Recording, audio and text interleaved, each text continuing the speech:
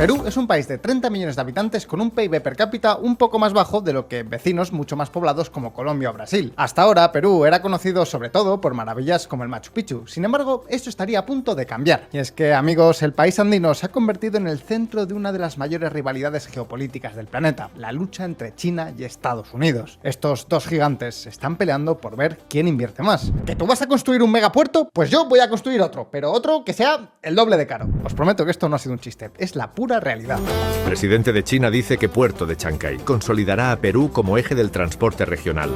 Estados Unidos pone la mira en el sur de Perú. Nuevo puerto competirá con Megapuerto de Chancay. De la noche a la mañana, Perú se ha convertido en uno de los lugares más importantes del mundo, o como dice el famoso meme, ahora Perú es clave. Ya hay políticos peruanos hablando de convertir al país en el Singapur de Sudamérica, y el embajador chino en Perú se refirió a la localidad de Chancay, donde China está desarrollando uno de sus proyectos más ambiciosos como la Shanghai de Perú. Pero, ¿qué demonios les ha dado ahora a las grandes potencias con el corazón del imperio inca? Pues como veremos en un momento, Perú tiene una posición estratégica que podría redefinir el comercio mundial. Pero eso no es todo, el país andino tiene una estabilidad envidiable, al menos en la región. Y sí, ya sé que esto suena un poco raro, después de que viviera un golpe de estado hace tan solo unos años, pero es que el golpe de estado del expresidente Castillo fue el más absurdo de la historia, y la cosa no llegó a nada. Vamos, si es que en unas pocas horas ya estaba detenido, precisamente lo que prueba su estabilidad política e institucional. Sea como sea, la estabilidad política no es lo único importante. Conseguir que la moneda no pierda valor es otro gran reto de vital importancia que los países hispanoamericanos, pues qué queréis que os diga, no han sabido llevar muy bien. Pero amigos, siempre está la excepción que confirma la regla, y resulta que el sol peruano, la moneda del país, brilla por encima de todas las otras divisas de la región con una estabilidad frente al dólar que es envidiable, tanto que el mismísimo Javier Milei ha terminado copiando el sistema monetario peruano, pero de este tema, si os parece, hablaremos en profundidad en un próximo vídeo.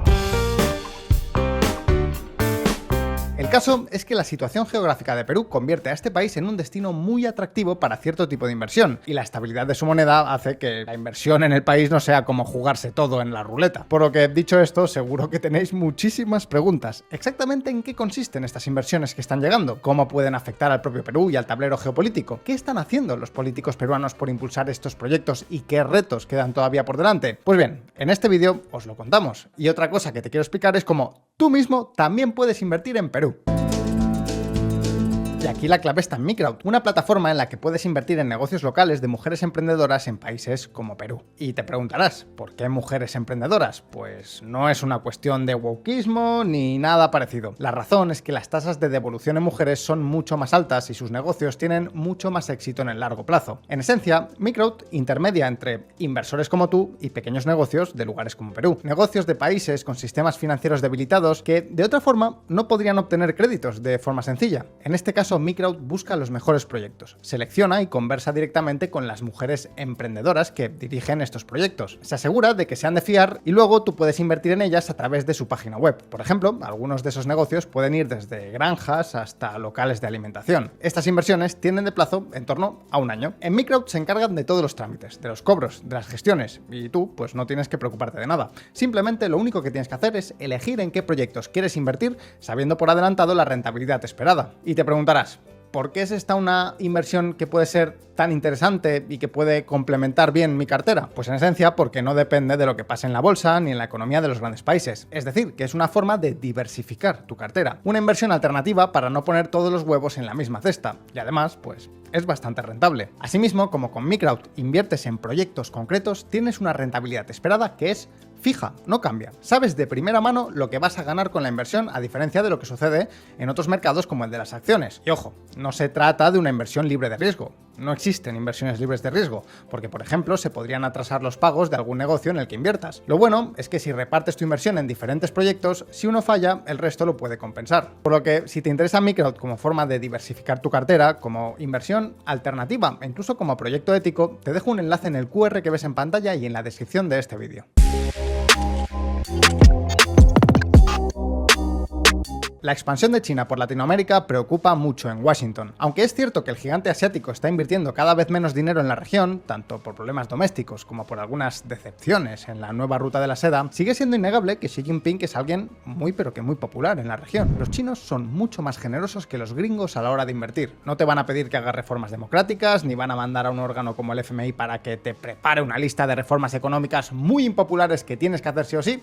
No, Los chinos simplemente te van a pedir que les dejes hacer sus inversiones tranquilos. Esto explica que China, y no Estados Unidos, sea el principal socio comercial de Perú, con más del doble de flujos comerciales. Buena parte de las minas de cobre, la principal exportación del país con muchísima diferencia, están controladas por empresas chinas, y la cosa no acaba aquí. Tras una compra de 3.000 millones a la italiana Enel, la china Southern Power Grid International es propietaria de prácticamente toda la red eléctrica peruana, incluyendo otras infraestructuras críticas como una central hidroeléctrica. Esto deja claro que la influencia de China en la región es innegable. Quizá el caso más paradigmático sea el de Javier Milei, que en campaña electoral decía que nunca comerciaría con los comunistas, pero nada más llegar al poder negoció una renovación del swap de 5.000 millones de dólares con China porque sabía perfectamente que no tenía alternativa. Pero amigos, China no está interesada en Perú por la minería. Eso en realidad es algo, más secundario, porque como os hemos adelantado, la intención del gigante asiático es convertir al Perú en el principal nexo de unión entre Sudamérica y el sudeste asiático, y es precisamente así como nació el megapuerto de Chancay. El puerto más grande de toda Latinoamérica. Sí, hablamos del puerto de Chancay, ese capaz de recibir a las embarcaciones más grandes del mundo y que opera acá, en Chancay, en esta pequeña ciudad porteña al norte de Lima. Chancay era un pueblo de poco más de 60.000 habitantes con un puerto pesquero antes de que la peruana Volcan y la china COSCO unieran fuerzas en una alianza 40-60 para formar COSCO Shipping Ports Chancay Perú S.A. El nombre no deja lugar a dudas, es una empresa dedicada a construir un puerto en Chancay. Por ahora ya se han invertido más de 1,5 mil millones de dólares y el puerto lleva funcionando desde febrero de este año, pero todavía quedan otros 2.000 millones por invertir. Y te preguntarás, ¿qué China querría construir un megapuerto en esta pequeña ciudad?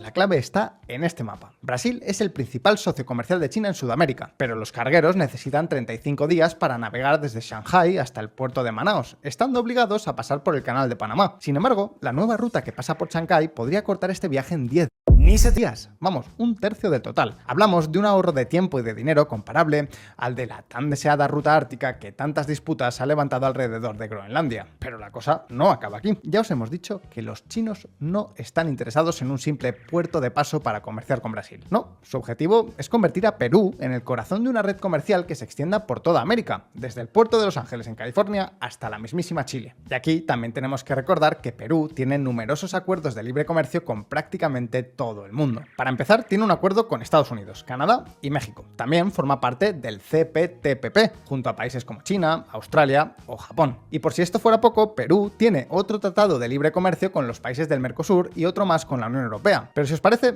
hablemos del puerto. Chancay ha pasado de tener un pequeño puerto pesquero a una bestia capaz de albergar cargueros de hasta 22.000 TEUs. ¿Qué demonios es eso de una TEU? Pues básicamente es el equivalente a un contenedor de 20 pies. Y para que os hagáis una idea de qué estamos hablando, ningún otro puerto de Sudamérica puede recibir buques de ese tamaño. O al menos por ahora, pero no nos adelantemos. Cuando este puerto funcione a pleno rendimiento, podrá manejar hasta 3,5 millones de TEUs, convirtiéndose en el tercer puerto con mayor capacidad en la región, solo por detrás del puerto de Manzanillo en México y el de Santos en Brasil. Y sí, ya sé que os acabamos de decir que ningún otro puerto podía albergar cargueros de tan grandes dimensiones, pero estos dos puertos seguirán siendo más grandes, aunque esa capacidad se tenga que repartir entre barcos más pequeños.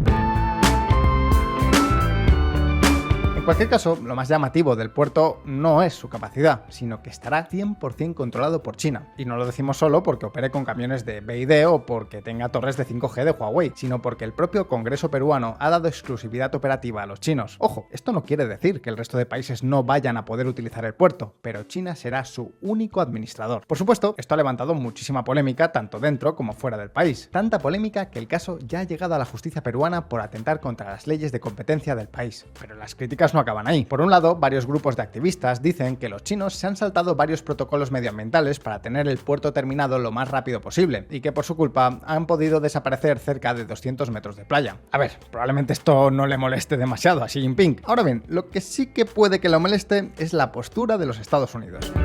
Estados Unidos alertó sobre el potencial uso militar chino del megapuerto de Chancay. La general estadounidense, Laura Richardson, encendió las alarmas sobre la operatividad de esta infraestructura que podría servir de base para barcos de guerra chinos en el Pacífico. ¿Tiene esto sentido? Pues A ver, lo más probable es que no, aunque tampoco es 100% descabellado. Según un informe de la Jamestown Foundation, Costco participó en unas jornadas llevadas a cabo por el brazo armado del Partido Comunista Chino sobre la Estrategia Nacional Oceánica, en la que se discutía cómo crear sinergias entre el sector civil y militar para favorecer los intereses del país. ¿Quiere esto decir que Costco planea convertir Chancay en una base militar del Ejército Popular de Liberación? Pues, como digo, probablemente no, pero no tengáis ninguna duda de que este puerto va a compartir todos los datos e información que tenga con el ejército chino. Sea como sea, Estados Unidos tiene un plan para contrarrestar la influencia de Xi Jinping en la región. Amigos, os presento al puerto de Corío.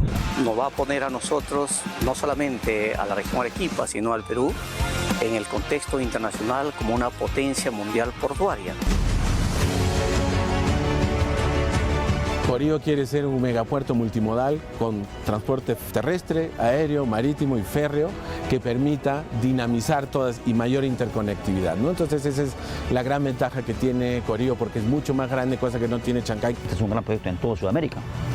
No, estaríamos prácticamente, como quien dice, quitándole a Chile justamente todo este tipo de comercio. Si los chinos van a invertir 3,6 mil millones de dólares en Chancay, el puerto de Corío contará con una inversión de 7.000 millones, con mucha más participación tanto de empresas americanas como del propio gobierno peruano. Aunque todavía está en desarrollo y no tenemos mucha información sobre él, la idea es que este puerto maneje 100 toneladas métricas de mercancías al año, muy por encima de las 30 millones de Chancay. Y es que, amigos, este puerto cuenta con una gran ventaja frente a la competencia: la profundidad. Mientras que otros puertos tienen una profundidad de 16 o 18 metros, en Corío esta cifra puede llegar hasta los 28 metros, lo que permitirá el acceso de buques de gran calado. ¿Qué tipo de buques? Pues los portacontenedores más grandes del planeta, que pueden transportar hasta 24.000 contenedores frente a los 18.000 que admite el puerto de Chancay.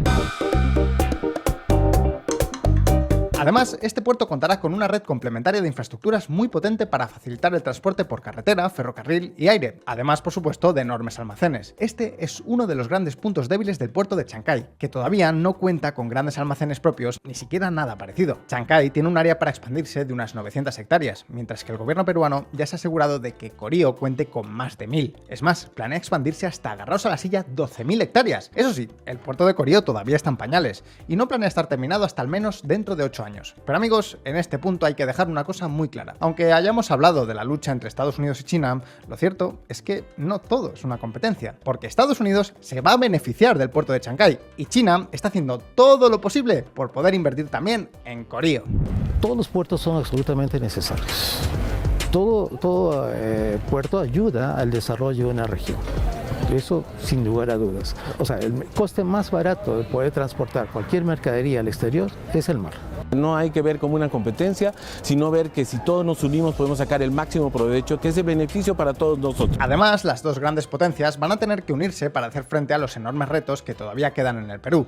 El más obvio es el transporte por tierra desde Perú hacia Brasil. Si recordáis este mapa, actualmente las mercancías llegan a Brasil por mar, atravesando el canal de Panamá. Pero si la idea es que los contenedores se descarguen en Perú, entonces necesitarán una forma de llegar a Brasil. Es aquí donde entra en juego otro megaproyecto donde el capital chino tiene un papel fundamental: el corredor bioceánico. Todavía se saben muy pocos detalles de este proyecto, pero básicamente hablamos de un tren para transportar mercancías entre Brasil y Perú, quizá pasando por otros países como Bolivia. El problema es que construir en el Amazonas es un auténtico dolor de cabeza, y no solo por la geografía o el clima tropical, sino por la enorme cantidad de especies protegidas. De hecho, el gobierno brasileño ya tumbó una propuesta de ruta por motivos medioambientales, aunque al parecer la constructora china fue comprensiva y propuso una ruta algo más larga pero menos polémica.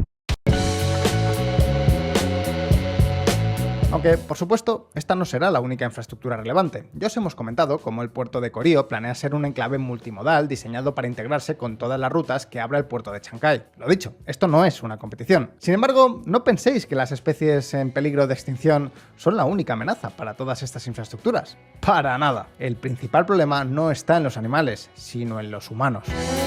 Amenazas de muerte por WhatsApp, la extorsión drena el dinero de los peruanos. Antes hemos dicho que Perú era un ejemplar único en Sudamérica por haber conseguido una estabilidad monetaria envidiable. No obstante, no podemos decir lo mismo de otra gran lacra de la región: la violencia. Para que os hagáis una idea, en los primeros 10 meses de 2024 las autoridades recibieron 17.630 denuncias de extorsión y los problemas van cada vez a más. En 2024 hubo 2.126 homicidios, un 50% más que el año pasado. Por supuesto, esta violencia ha llegado al sistema de transportes. En concreto, los camiones camiones y los autobuses son dos de las presas favoritas de las mafias. Tal es así que para muchos conductores los saqueos se han convertido en algo como un peaje más que pagan en todos sus trayectos. Según una encuesta, de entre 350 empresas de transporte, al menos 150 pagan tarifas mensuales superiores a $5.000, y los daños superan los $800.000 mensuales tan solo en Lima y Callao, ubicación de otro de los puertos más importantes de Perú. Pues bien, si juntáis este problema con que el transporte por camión sigue siendo muy ineficiente, donde por ejemplo la burocracia detiene a cada camión que entra al puerto de Callao durante 12 horas,